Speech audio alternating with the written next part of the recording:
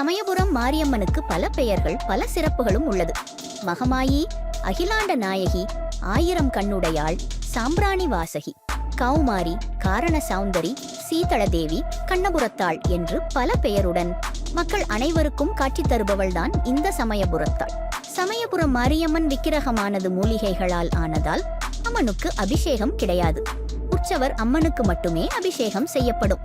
அம்பிகை எப்போதும் குளிர்ச்சியாக இருக்க வேண்டும் என்ற நோக்கில் கருவறையைச் சுற்றிலும் எப்போதும் நீர் சூழ்ந்திருக்கும்படி செய்திருக்கிறார்கள். கருவறையின் பின்புறம் அம்மனின் பாதங்கள் உள்ளன.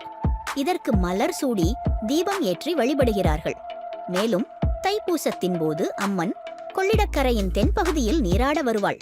அன்றைய தினம் ஸ்ரீரங்கம் பெருமாள் ஆலயத்திலிருந்து பட்டுப்புடவைகள், மாலைகள், தளிகைகள் மாரியம்மனுக்கு சீராக அனுப்பி வைக்கும் வழக்கம் தொன்று தொட்டு இருந்து வருகிறது.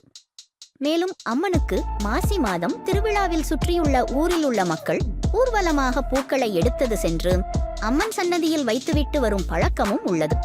இது மாதிரியான சுவாரஸ்யமான தகவல்களை தெரிஞ்சுக்க எங்க சேனலை சப்ஸ்கிரைப் பண்ணுங்க, ஷேர் பண்ணுங்க. இந்த வீடியோ பிடிச்சிருந்தா லைக் பண்ணுங்க, கமெண்ட் பண்ணுங்க. எங்க வீடியோ உடனுக்குடன் தெரிஞ்சுக்க பக்கத்துல இருக்க பெல் ஐக்கானை மறக்காம பிரஸ் பண்ணுங்க.